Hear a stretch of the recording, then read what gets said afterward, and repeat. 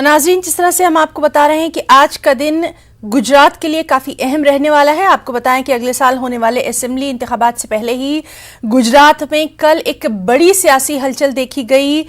वज़ीर आला विजय रूपानी ने अपने ओहदे से इस्तीफा दे दिया और आज का दिन वहां पर काफ़ी अहम रहने वाला है। सीधे रुख करेंगे हमारी साथी विभू पटेल का। विभू, आपसे जानना चाहेंगे, जिस तरह से लगातार हम देख रहे हैं कल से लेके आज तक गुजरात पर सभी की नजरें लगी हुई हैं और आज का दिन खासतौर पर गुजरात की सियासत के लिए, वहां की पॉलिटिक्स के लिए बेहद अहम रहने वाला है।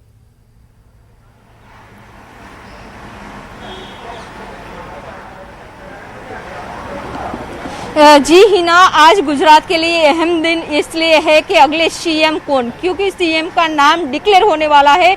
तो आज विधायक दल की बैठक भी मिलने वाली है। वो विधायक दल की जो बैठक में केंद्रीय मिनिस्टर है वो भी उपस्थित रहने वाले हैं। नरेंद्र सिंह तोमर अहमदाबाद पहुंच गए हैं, तरुण चुग भी यहां पहुंच गए हैं और प्रहलाद जोशी है वो पहुंचने वाले हैं। उसका स्वागत करने के लिए अहमदाबाद में अभी सुरक्षा व्यवस्था भी लगा दी है और जो आज अमित शाह भी अहमदाबाद आने वाले हैं, ऐसा कुछ सूत्रों से जानकारी मिली है। वो भी विधायक दल की जो बैठक है उसमें उपस्थित रहेंगे और चर्चाएं करेंगे कि अगले सीएम कौन, क्योंकि यहाँ ज्ञातीय समीकरण भी बहुत अहम रहेगा।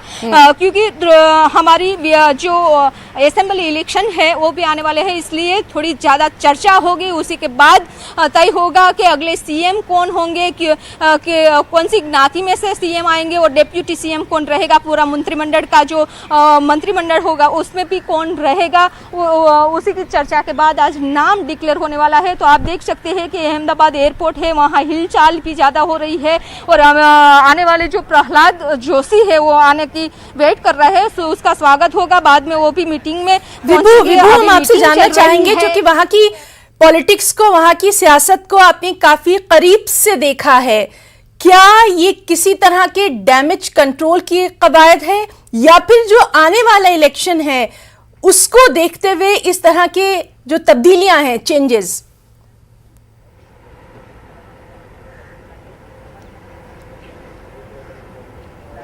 बिल्कुल, क्योंकि यहाँ जो आने वाला इलेक्शन है उसी की तरह डैमेज कंट्रोल भी करना होगा। क्योंकि अभी कोरोना में भी कहीं ऐसी सिचुएशन बनी थी दूसरी लहर में कि जो सरकार की नेगेटिव पॉइंट चला गया था। बाद में जो अभी ज्ञातीय समीकरण है तो यहाँ पाटीदार का वर्चस्व है, तो पाटीदार सीएम ही आए ऐसा सब लोगों का मानना है। समाज की जो मांग थी कि पाटीदार अगले सीएम पाटीदार होना चाहिए, तो ये सारी बातें यहाँ चर्चा होगी। तो ओबीसी भी उसका जो टारगेट दिया है 150 प्लस का जो टारगेट दिया है 2022 का जो टारगेट है असेंबली इलेक्शन का वो 152 से ऊपर है। तो सारी ज्ञातियों के साथ में लेकर ये चर्चा होगी कि कौन अगले सीएम होगा, क्योंकि उसी के आधार पे जो इलेक्शन का जो टारगेट दिया है वो बनेगा। विभू, आपसे ये भी जानना चाहेंगे बहुत जल्दी कि कब तक वहां पर तमाम अहम लोगों के पहुंचने की खबर है, कब इस मीटिंग की शुरुआत होगी, इस ताल्लुक से कोई जानकारी?